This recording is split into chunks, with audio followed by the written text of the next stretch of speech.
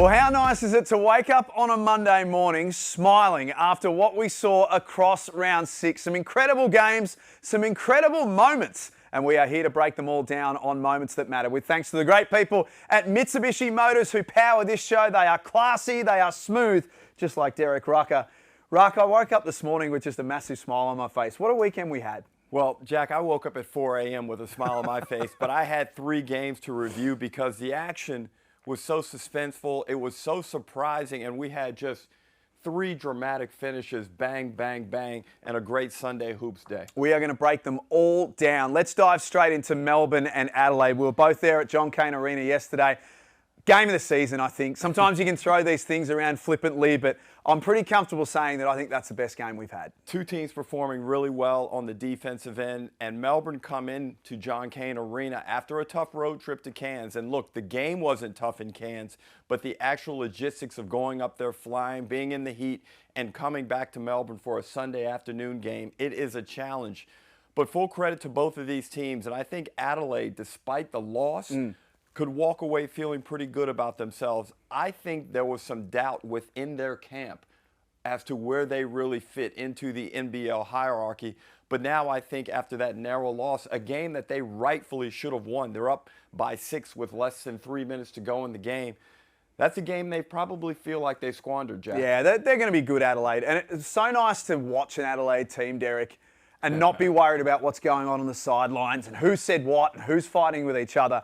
This team's well drilled. They're playing with a purpose. They're led by Cotton and Cheatham. It's a much better organisation this year. And it was good to see Adelaide actually perform well without Bryce Cotton going nuts. And Zylan Cheatham is the one who stood up. Isaac Humphries continued his really good play. I thought they just looked like a very balanced basketball team. But full credit, though, goes to Melbourne United for making plays when it counted. And Jesse Edwards was sensational, 10 of 10 from the field, 25 points. But his biggest play was being on the offensive glass, which led to the tipped out ball, which led to Tyson Walker knocking down that corner 3 to win the game. Well, what about that Tyson Walker game winner? We're about to see it here on the screen as well. So the 3-ball has completely deserted him in the last 4 games. But there he is, right place, right time. He gets a good look from the corner, and he's in rhythm, and I think Andrew Gaze pointed out that he was 1 for his last 20 prior to knocking down that shot. But look, this is a guy who in college, he was a big playmaker. So it's not like this is the first time he's ever done something like this. Yeah. This is what he does, and you can tell by the way he carries himself on the basketball court that he's full of confidence and he's keen to make big plays. Well, look at the vision we got there from the camera. Look at that. Wow. All the cameras that we've got available. So well done to Tyson Walker. Yeah. There was a moment, though, earlier in the game, and this is part of what we do on this show is we break down the key moments in the games. Very late, Adelaide had a chance. Vasiljevic and Chris Goulding, really interesting duel, that one. Still debating now, both of us, and with Rui on the broadcast yesterday as well, whether this was over and back or not. Well, you and I in real time felt that this ball certainly came off of DJ, and it was an over and back situation. Now, initially, I thought it came off of his leg, but as we have a closer look at it, you can see that it looks like it glances off of his left hand, which constitutes an over and back violation. Now, that's a tough break, but a good defensive play by Chris Goulding to force that turnover, and then that consequently led to the 3-ball from Tyson Walker. But let's also give Tyson Walker some credit for his defensive play on Bryce Cotton. Yeah. He was outstanding. He took some hits in the second quarter, but overall I thought he had a very good defensive game on Cotton. Yeah, so we unanimously think that it was the best game of the season as well. From a Melbourne United perspective, I mean, we've been praising their depth all season long and how Dean Vickerman can go to his second unit and still get productivity. But Adelaide, to be fair to Mike Wells, he was able to go to his bench and get a decent amount of productivity as well. Well, all the big men in this game were in foul trouble. Yeah. Humphries had 4, Edwards had 4, Rakocevic had 4. But I thought Adelaide showed that they did a good job because there was a stint where they had to play small ball 5. So I like the fact that they had to go and use some versatility. Mike Wells had to be innovative with his lineups. But Jesse Edwards, he is a real problem. And as this guy continues to gain confidence, if he can learn to play without getting himself in foul trouble, it makes Melbourne United so tough to beat. And as I mentioned about Bryce Cotton, they didn't need a huge game from Chris Golding yesterday. And that was probably Chris's worst game of the season, despite the fact that he still put in 14 points. So the big takeaway from this, I wonder, Derek, are Melbourne and Adelaide 1-2, and then is there a clear gap for everyone else? Great question. I'm not willing to rule out a Southeast Melbourne. I'm not willing to rule out a Tasmania. Keep in mind, Tasmania have played a significant amount of their games on the road. They've accumulated a lot of road victories thus far. And Southeast Melbourne, they're one of the best defensive teams in the competition. Sure, Adelaide and obviously Melbourne have the best records, and they look like the better teams, but those two teams are right there on Adelaide's heels. So that was Chapter 1 of Super Sunday. Yeah. Chapter 2 happened at Kudos Bank Arena, the Sydney Kings and the Tasmania JackJumpers. Now, let's call a spade a shovel here, Derek. The Sydney Kings absolutely had that game in the bank. For whatever reason, went into game management mode too early, lost their way a little bit. Some substitutions were a little bit strange. They let Tasmania back into the game, but this final play, it started with a Sydney inbound. Xavier Cooks with the inbound duties. Normally so trustworthy, they give it up and the whole thing explodes. Well, Magnay lured him into making a very soft pass. Look what Magnay does there. He hedges forward and then retreats, gets that ball up to Air, who throws it across the court to Marshall, who with a brilliant sidestep is able to hang in the air and finish that. And full credit to Nick Marshall, who makes just a very difficult shot. And there were some calls for an up and down or a travel, but I believe he got that ball off before his left foot hit the ground. Yeah, I don't think there's any issues there with the travel. I mean, you can screenshot something and try and isolate it. But we'll talk more holistically about the Kings in a moment. But that last inbound, Xavier Cooks and his confidence levels, not just that possession, but in general.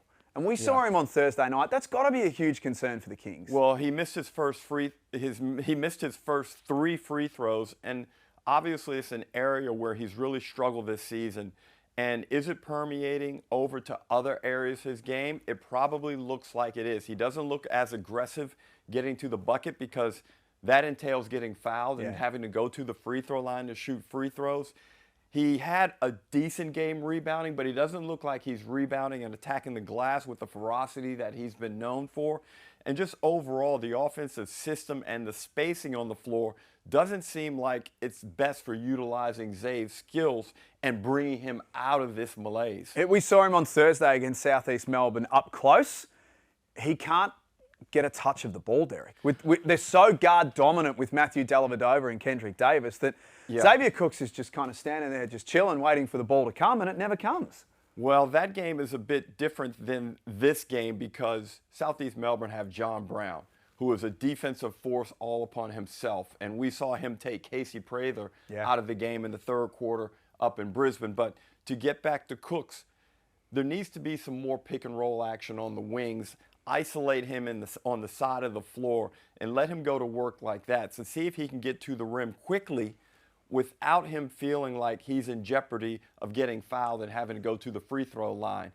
Look, Sydney have some things to get over, and in that fourth quarter, early to start the quarter, they gave up 2 or 3 quick offensive rebounds. They committed 4 turnovers. They missed free throws. Quatnoy misses 2 free throws in the final 10 seconds as well. Look, they were bailed out of that and got a team offensive rebound, which led to that play by Cooks. So right now, you know, Sydney are probably kicking themselves. They have themselves to blame, but their defense isn't up to scratch right now. This is a team that now is outside the top 5 in their defensive rating. They've got to find a way to be better defensively and more consistently over 40 minutes on the offensive end. Yeah, I know we've used the term work in progress a lot.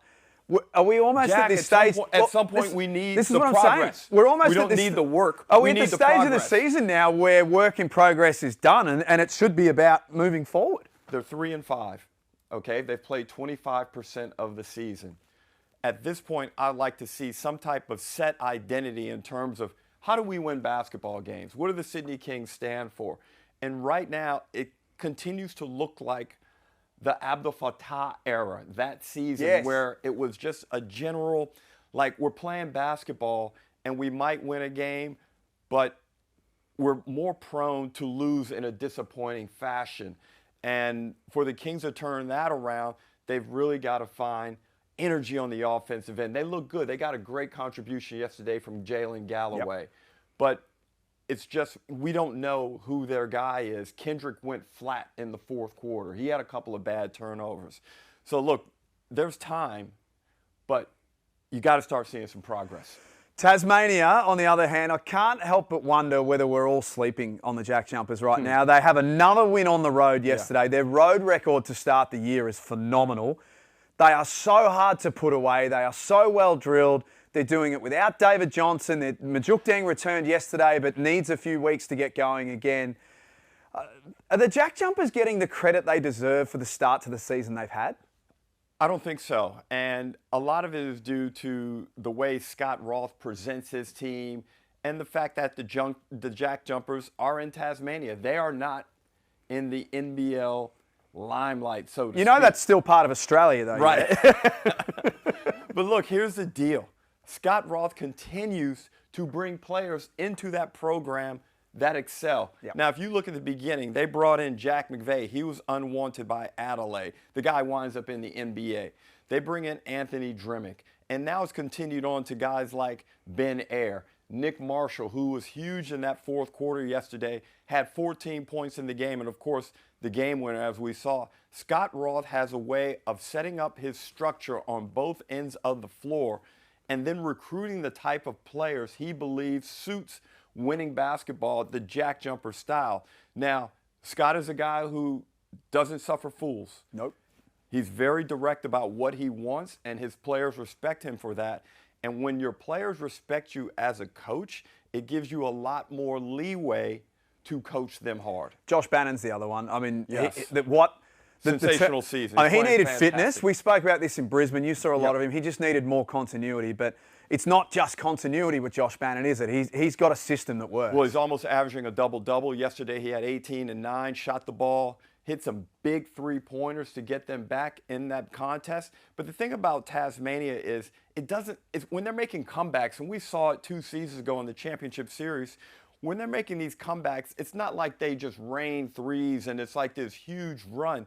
They get back over long stretches of time. Over the final 7.5 minutes of that fourth quarter, they outscored Sydney 22-5. Sydney only scoring 5 points over 7.5 minutes at their crib, at Kudos Bank Arena. That's insane and hard to believe. There's only a couple of teams that would have been capable of fighting back from that. And to be frank, there's a few teams who would have just said this one's too hard for us today and moved on. So well done to Tasmania. So that's Super Sunday, Saturday night. Talk about contentious moments. Let's just go straight to the final action of the game. The Perth Wildcats and the Illawarra Hawks off the inbound. Foul, yes or no? No, you don't make that call, Jack. Both guys are tangled up. I didn't see any clear advantage for either player. Doolittle's losing his mind right there. So let's look at this. Mutual contact. JaVale actually is pushing Doolittle. Doolittle has a hook in there, and I don't know if the referee didn't have a good angle on it. The way he's positioned, he probably can't see McGee's hand on Doolittle. But, Jack, there's 1.2 on the clock. This is just basketball common sense. It's the code. You don't make a call like that and decide the game one way or the other. And then JaVale goes to the free throw line, handles his business, and that win for the Illawarra Hawks is a massive one on the road. And it's a massive loss for Perth. Yep. Because losses like that, you never know what it does for a team's confidence. Perth have already this season lost 3 home games. And instead of being, in the top 3 or 4, now they find themselves again in what I call the middle class, struggling, fighting. So for the Perth Wildcats, I mean, not to harp on the fact that Bryce Cotton's not there anymore, we know that, but there are going to be some teething problems, you would think, this year, and we've both spoken about this, but let's just go back to the final couple of offensive sets of the game. Ben Henschel, not to be super critical of Ben alone, but Ben Henschel took it upon himself to be the guy late. Are they lacking this closer at the moment, the Perth Wildcats? Because last year that ball would go to Bryce, we know that, whereas this year it kind of had to be Ben Henschel, but that's not by design. Christian Doolittle is signed to a long-term big contract. He is supposed to be your closer. He misses that corner three and never really gets engaged in the game. Never really seeks the ball again to try and make any plays. You know, he sets a little screen there and allows Henschel to take a poor mid-range shot. Now, there was a possession where I thought prior to the possession, John really should have called the timeout. Yep. But as it worked out, he didn't call the timeout. Henschel misses a jumper, and then we get two free throws from Illawarra where they take a 3-point lead. But then John redeemed himself with a beautifully crafted inbounds play. Pepper gets a three to tie it up, which leads to that final sequence. So, you know, there's a bit of this and a bit of that when you're trying to evaluate what really did in those closing minutes. But ultimately, I just thought that final call by the referee was abysmal. And then there's JaVale McGee. So basketball so much has changed, Eric, that back in the day, and I know some people don't like that, but the main players were the main players, and they got as many touches of the ball as they could possibly like. You did, Andrew Gaze did, Leonard Copeland, etc. Bit more equal opportunity these days, but can't help but wonder when you watch JaVale McGee, particularly down the stretch, like guys don't get any smaller down the stretch. They made him more of a priority, and it's probably no coincidence that the Hawks win the game because they use McGee more. Well, I thought the Illawarra Hawks perimeter guys had a really tough time feeding JaVale the ball on simple post-up plays. There were a lot of times where the perimeter guys were stuck with the ball above their heads, and because they haven't played with a guy like JaVale, they just didn't have the technique. They didn't know what to do to deliver the basketball to him with the proper and effective passes. Late in the game, they started to figure it out a little bit better. Nice pass there from Harvey. But I think as Harvey and McGee start to get some chemistry between them, especially in the pick and roll stuff, JaVale will be utilized a lot better. But right now, I think trying to figure out on the offensive end the structure to maximize McGee. And look, he's scoring plenty of points. He's doing it at a really good clip. But I still think it could be better. It has to be better. But keep in mind also, they've got a player to come. They do, and they've got an import coming in. But is that their roadmap now, Illawarra, at least for the next little while, is let's just play through Tyler Harvey and JaVale McGee, and then the rest can kind of get an opportunity when it's available. They're really missing Dave O'Hickey's energy. Yeah. They're missing the easy buckets he gets them on the offensive end. The steals, the backdoor cuts. Dave O'Hickey has one of the best noses and senses for the basketball in the competition, and he was developing as a pure offensive player. His three-point shot was starting to improve to the point where you had to get out on him. So that is a big out. We've talked about the loss of talent from guys that were on that championship team. Do I think that this could be a catalyst for better performances? I definitely think so. Tatum needed a win just to kind of get his mojo and a good feeling in that team. I think Illawarra could go on a little bit of a tear now. They're one to watch in the next little while. Now, we don't spend a lot of time talking about officiating on this show, but it is a contentious one for a range of reasons across the weekend. John Brown III, I don't think would be on our top 10 list of guys to get a tech across the season, but let's just have a look at this one from the Brisbane game on Saturday night, because it's kind of got us all a bit flabbergasted. Well, he plays with tremendous intensity. That is a foul. Then he waves the official off, okay? I didn't think that was aggressive or done in a manner that makes the referee look bad. It's just a simple wave of the hand, and then the technical is blown down there on the baseline. Not by the official that he waved off, okay? So that was really interesting. Not only that, Jack, but that turned out to be his fifth foul. When a guy is on 4 fouls or a coach has already received 1 technical, there must be a different level of care from the referees. And I don't want to hear that stuff about every foul's a foul, you call them all the same. That is not realistic. That is not the way the game of basketball works. We found ourselves in a situation with both of the games yesterday. After seeing that, you look for other things.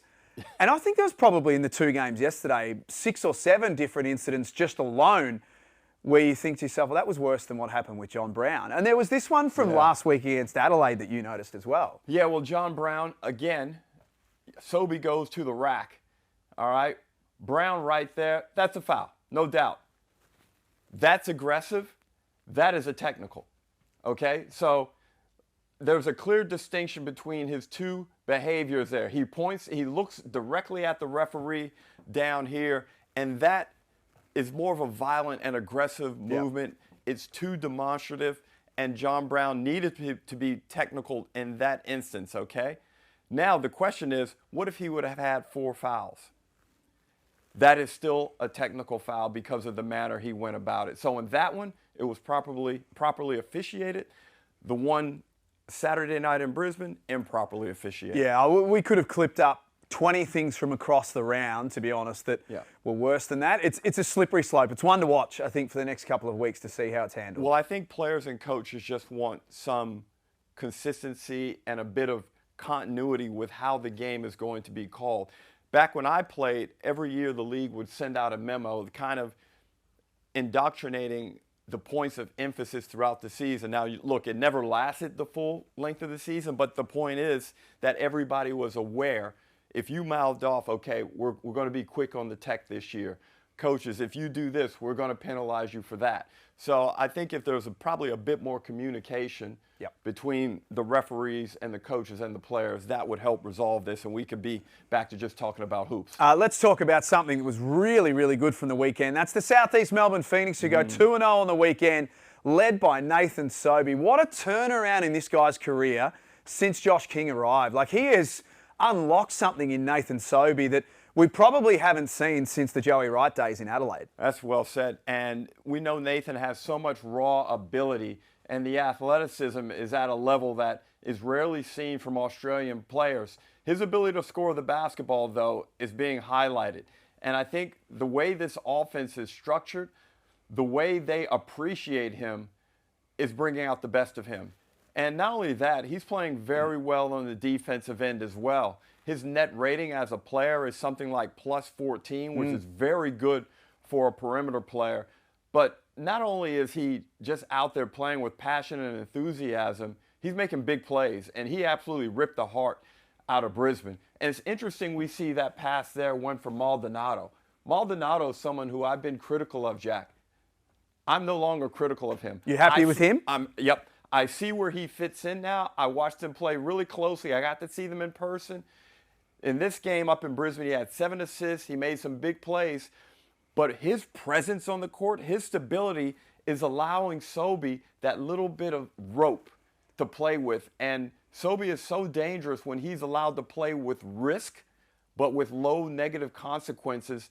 And Maldonado and the other guards are a lot of the reason why Sobey's able to do his thing. Well done to Nathan Sobey. Well done to the Brisbane Bullets as well. They went down against the Phoenix on Saturday night, but in the spirit of highlighting the great performances from the weekend, this comeback, I mean, it happened a few days ago now, so we wanted to make sure we didn't forget what happened in New Zealand on Thursday night. Brisbane coming back from a game that seemed completely lost. They were done.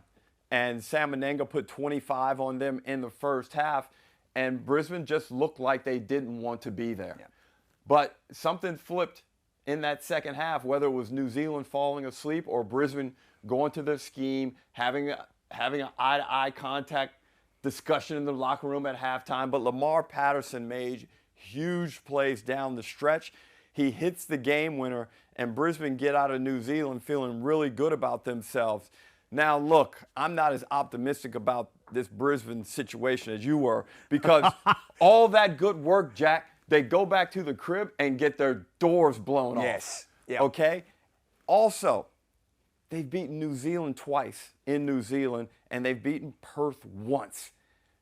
Is that Perth victory as meaningful now that we see Perth have lost 3 games? I'm not sure. We've got to kind of handicap where Perth are. I'm not sure. But Brisbane, to me, are the most confusing team in the competition. I don't think they're a bad team. They could be a good team. I really don't know. This game against Cairns, I believe, Thursday night in Brisbane, it will be a real barometer of where they are, because they should handle Cairns. They should. And then they've got Sydney on Saturday night at home, or the crib, as Derek's been calling it today. So there's a chance that they go 2-0 for the weekend and things look a lot better after that. Well, I want to see them get over Cairns and get themselves to 4-6. Yep. If they get to 4-6, that Sydney game becomes super compelling. And, you know, Sydney are vulnerable. And Brisbane do show a capacity to be able to put up points. Casey Prather is one of the top 7 players right now in the competition. Tyrell Harrison is one of the top 12 to 15 players in the competition. So on any given night, they can put it together. And Dakota Mathias is due to arrive. So that may round out their roster and make them formidable in this next round. And from everything we've been told about Mathias, he can shoot it. So that's something that Brisbane desperately needs. Thumbs up, thumbs down to finish off the show. Let's start with negatives because we want to finish with the happy stuff. So let's start with the negatives. Go with negatives? Yep. New Zealand Breakers, you guys just aren't doing it. I hate to keep hitting you, but I want to see enthusiasm and energy and act like you want to be out there and win games. And you just seemingly are right there on the brink of success, but it's not happening, Jack. And they've got a big weekend coming up here. They're at Illawarra on Friday night, and Illawarra will be really hard to beat, but it's a gettable game.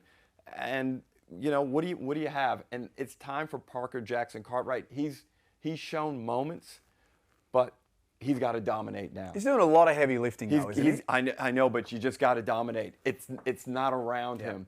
He has to do something so spectacular night in and night out to get this team to a competitive level, but he's got the ability, he's got the talent. He cannot take any moments off in a basketball game. Thumbs down to the Cairns Taipans. Notice how we hadn't spoken about Cairns at any stage during this show because we can't find anything good to talk about with this team at the moment. They were two really, really bad performances on the weekend. And the thing with Cairns, Derek, is that we were told this would be our year. We're going to spend more money than we've ever spent before. We want you to treat us like the big boys. We're going to hang with the best teams in the competition, and we want to be treated that way. It's impossible right now to have them anywhere near the best teams in the league. They do not belong in that conversation. And if we're being honest, in the preseason, there was almost a bit of a confident kind of swagger about them. We were told, we kept the receipts that Damon Lowry said about us in the preseason. And we heard what Derek said, and we heard this and that and that. Right now, all of that stuff looks completely irrelevant because they have got so many problems. They do, and look, we'll acknowledge the fact that they're missing Jack McVeigh and they're missing Sam Wardenberg. Other teams are missing players too, though, Derek. 100%.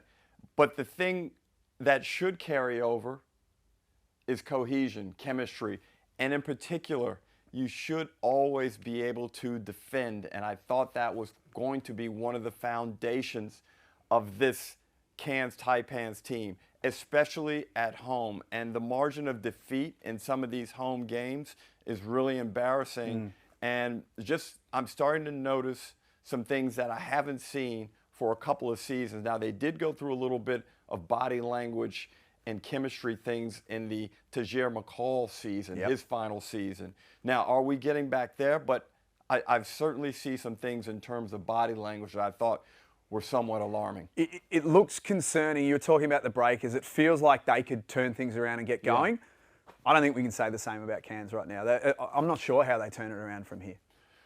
It's tough, but they've got to, come together and play really good basketball.